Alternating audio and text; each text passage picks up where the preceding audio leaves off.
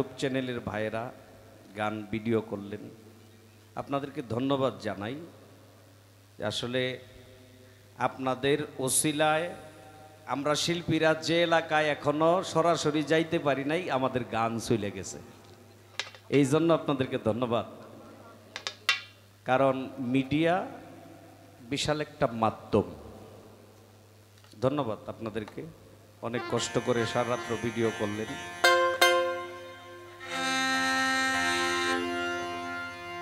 দেখেন, আমরা যারা গুরু মুর্শিদের গোলামি করি, মুর্শিদকে যদি নিদানকালে না পাই তাইলে আমার মানব জন্মটা বিফল।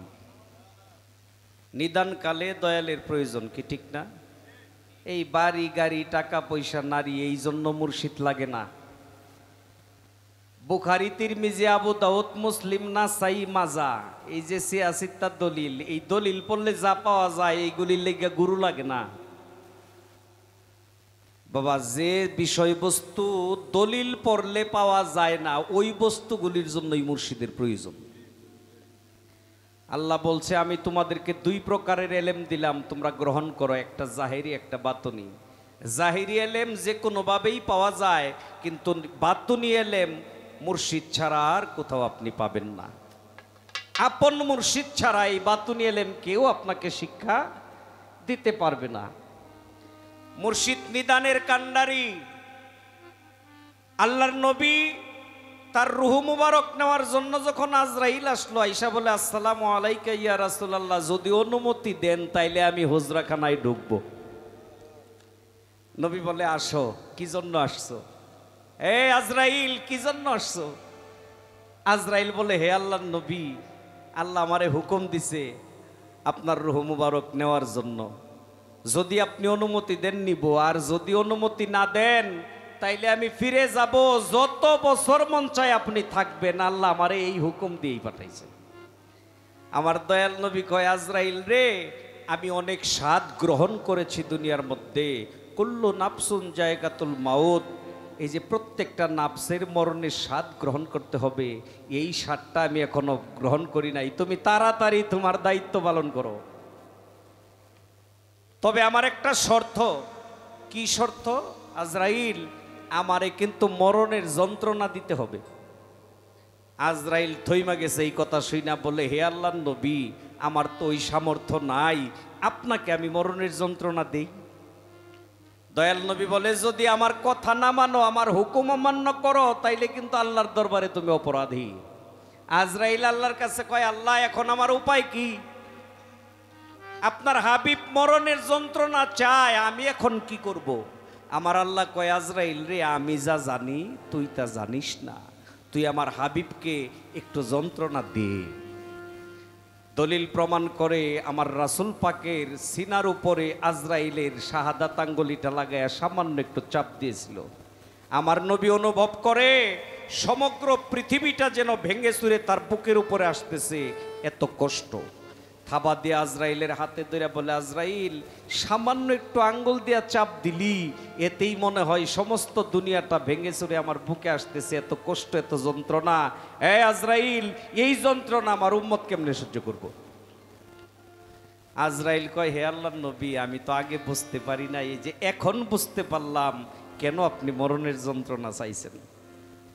হে আল্লাহর নবী, আমি আমার জাতের কসম খায়া কই, সত্যিকারেই যারা আপনার উম্মত হবে, আমি তাদের প্রাণ পাখিটা এমন ভাবে নিব, একটা ছোট্ট শিশু বাচ্চা মায়ের স্তনের দুধ খাইতে খাইতে ঘুমায়া যায়, কোন সময় মায়ের স্তন মুখ থেকে চলে আসে সে টের পায় না।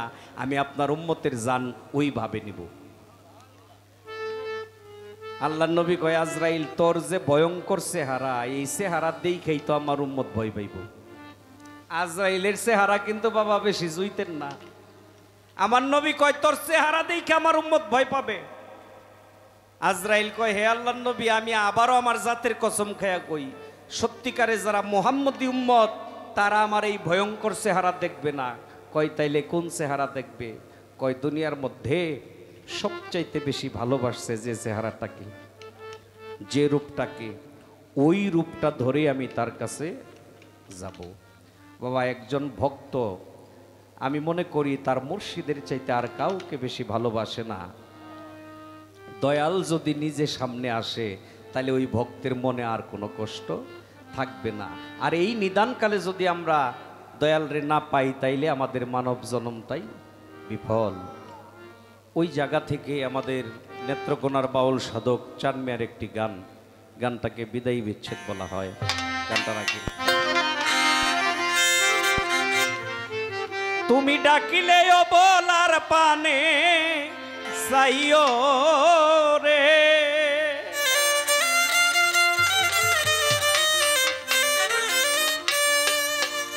তুমি ডাকিলেও বলার পানে সাইও রে, ও মুসলিম সান বন্ধুয়ারে,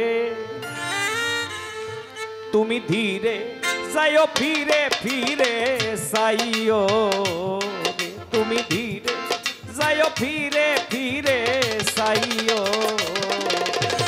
ডাকিলেও বলার পানে সাইও রে, ডাকিলেও বলার পানে সাইও রে, ডাকিলেও বলার পানে সাইও রে, ও প্রাণের বন্ধুয়ারে, তুমি ধীরে যাইও ফিরে ফিরে সাইও রে, তুমি ধীরে যাইও ফিরে ফিরে সাইও রে।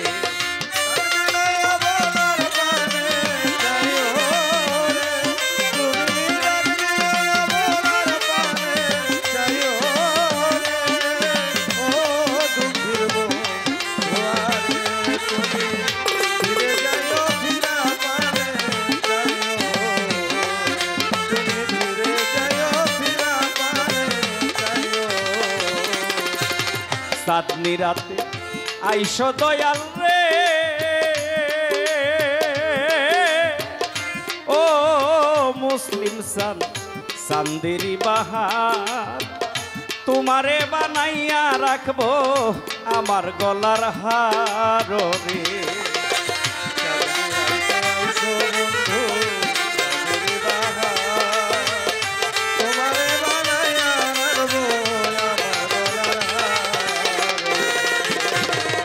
চাঁদনি রাতে আইসো দয়াল রে,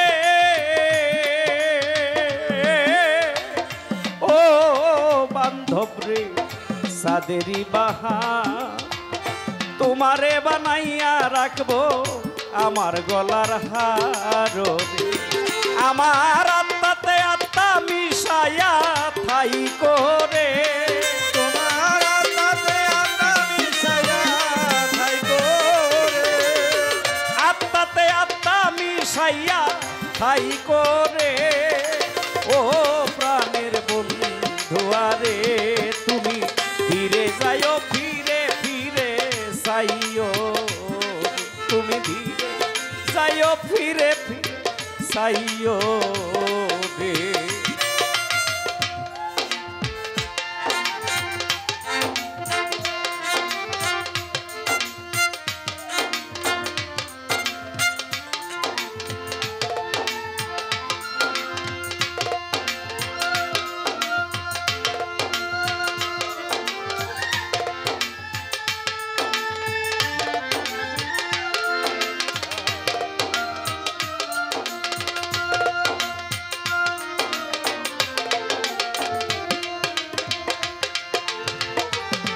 যাইও ফিরা পানে যাইও, তুমি ধীরে যাইও ফিরা পানে যাইও। আমার যেদিন ডাকা শিবের রে,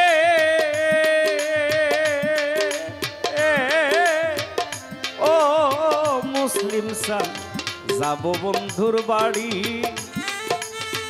আমার লাইগা কিনাই আইনো সাদা মার্কিন শাড়ি রে, আমার যেদিন হবে বিয়া যাব আপন বাড়ি, বাজার হতে কিনা আইনো সাদা মার্কিন শাড়ি।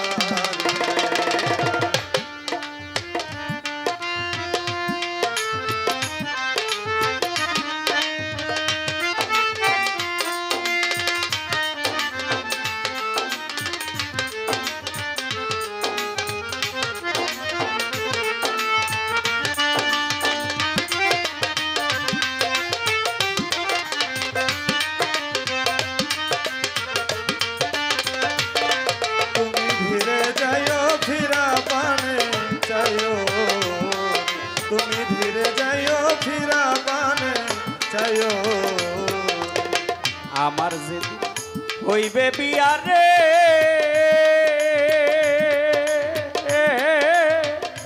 ও মুসলিম স্যার, আমি যাব পরের বাড়ি। আমার লাইগা কিনাই আইলো সাদা মার্কিন শাড়ি রে, তোমার নিজ হাতে নববধূ সাজাইও রে, তোমার নিজ হাতে নববধূ সাজাইও রে, নিজ হাতে নববধূ সাজাইও রে। ও প্রাণের বন্ধু আরে তুমি ধীরে যাইও ফিরে ফিরে সাইও রে, তুমি ধীরে যাইও ফিরে ফিরে সাইও রে।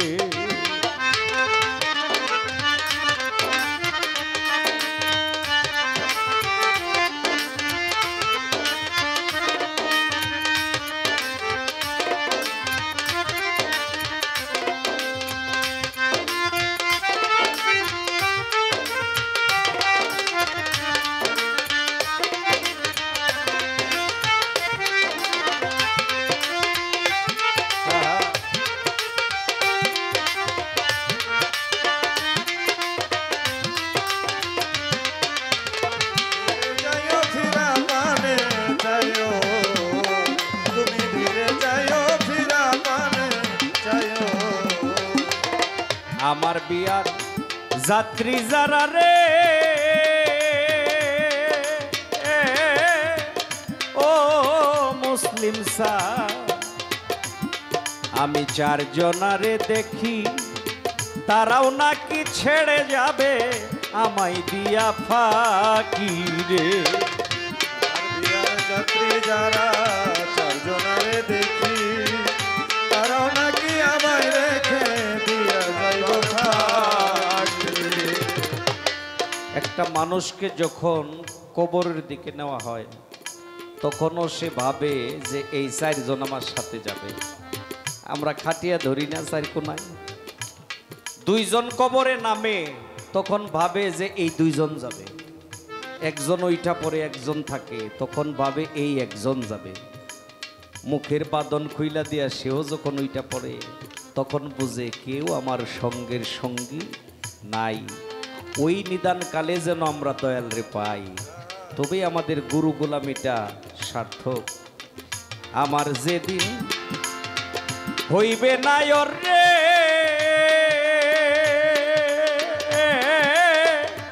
ও মুসলিম স্যার, আমি যাব পরের বাড়ি। আমার যেদিন বিয়ার যাত্রী রে ও মুসলিম স্যার, আমি চারজনারে দেখি তারাও নাকি ছেড়ে যাবে আমায় দিয়া ফাঁকি রে। সাধক চান মিয়া কয় সঙ্গে মুর্শিদ তাই করে, সাধক জানিয়া কয় সঙ্গে মুর্শিদ তাই করে, সাধক চান মিয়া কয় সঙ্গে দয়াল তাই করে। ও প্রাণের বন্ধু আরে তুমি ধীরে যাইও ফিরে ফিরে সাইও রে, তুমি ধীরে যাইও ফিরে ফিরে সাইও রে। ডাকিলেও বলার পানে সাইও রে, ডাকে দিলে বলার পানে যাইও রে, ডাকিলেও বলার পানে সাইও রে। ও মুসলিম সান বন্ধু আরে তুমি ধীরে যাইও ফিরে ফিরে সাইও রে, তুমি ধীরে যাইও ফিরে ফিরে সাইও রে।